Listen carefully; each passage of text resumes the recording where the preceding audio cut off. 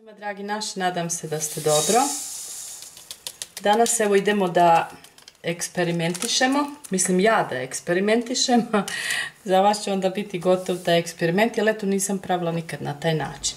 Znači suhi kvasac sam nasula sad u činiju, jednu kašikicu šećera, od pripremljene mlake vode ću nasuti malo i dodat ću ovako 2 kašike brašna.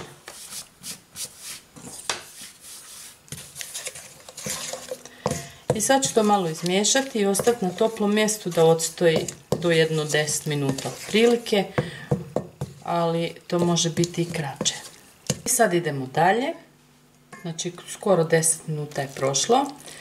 Sipam 50 ml ulja.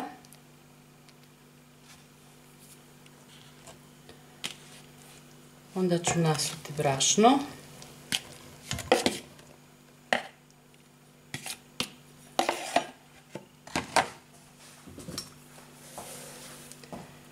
I na brašno ću staviti 2 kašikice ravne soli.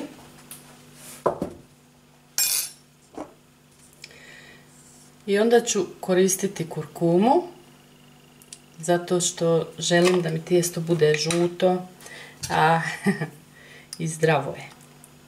Stavit ću isto ovako 2 kašikice. Tako.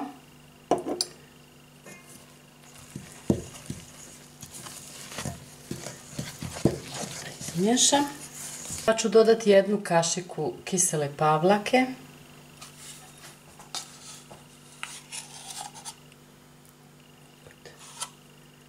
Da je 1 kašika.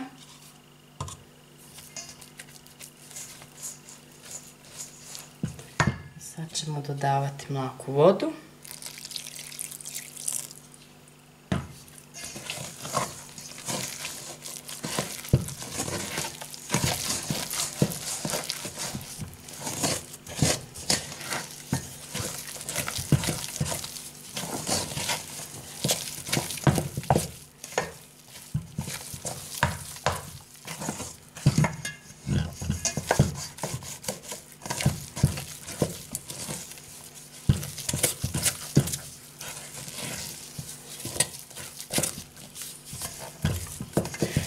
Sad to kad dobro sa kašikom ovako izlupamo ili izmiješamo malo, onda ćemo ostaviti na toplom mjestu i pokriti i da nadolazi jedno 40 do 50 minuta.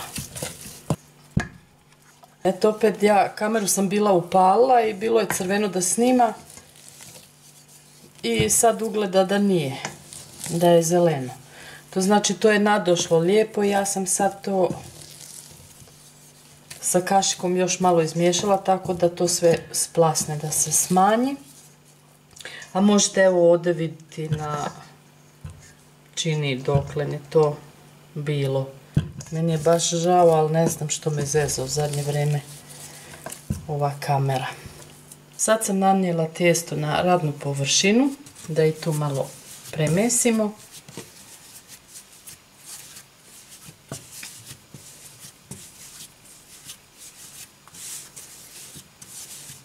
Sad ne znam koliko se na kameri vidi kako je to lijepo žuto.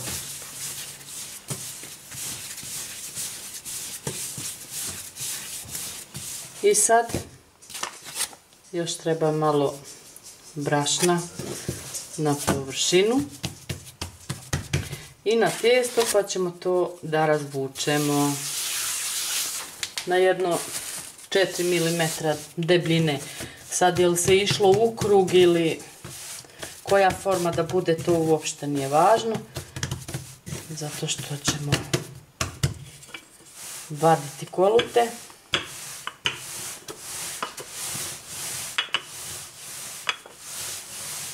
Sad će nam trebati još brašna za radnu površinu. Ove kolute što ćemo vaditi da ih tu možemo poredati. I ja sad idem jednostavno ovom malom čašom, znači u brašno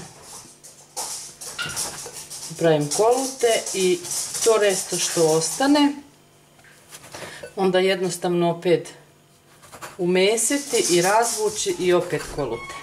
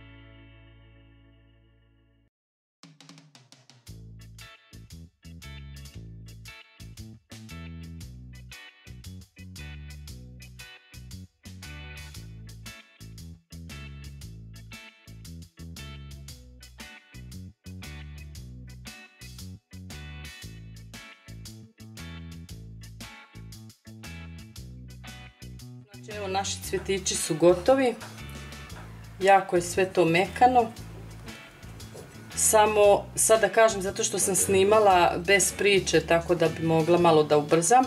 Vidjeli ste od tih krugića se znači formal ti listovi, to se utisnulo tu u sredinu dole i odmah ide fil unutra pa onda paradajz, tako da se testo, da nema šanse da se diže gore. Znači po 2 gaščke staju unutra. Sad ja sam fila za ovu količinu tijesta napravila puno, ostalo mi je pola. Ovo još je mlako, ali eto da vidimo.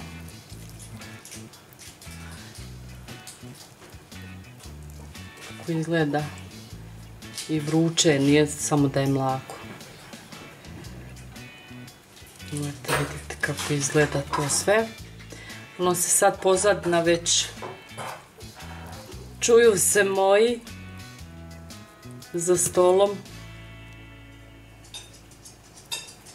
Eto, tijesto je stvarno jako fino. I eto, to sam htjela da isprobam pa da vidimo kako će to biti. Ispalo je dobro i ukusno. Pa eto, nadam se da ćete probati. Želimo vam puno zdravlja i veselja. Do narednog recepta vas ljubimo puno.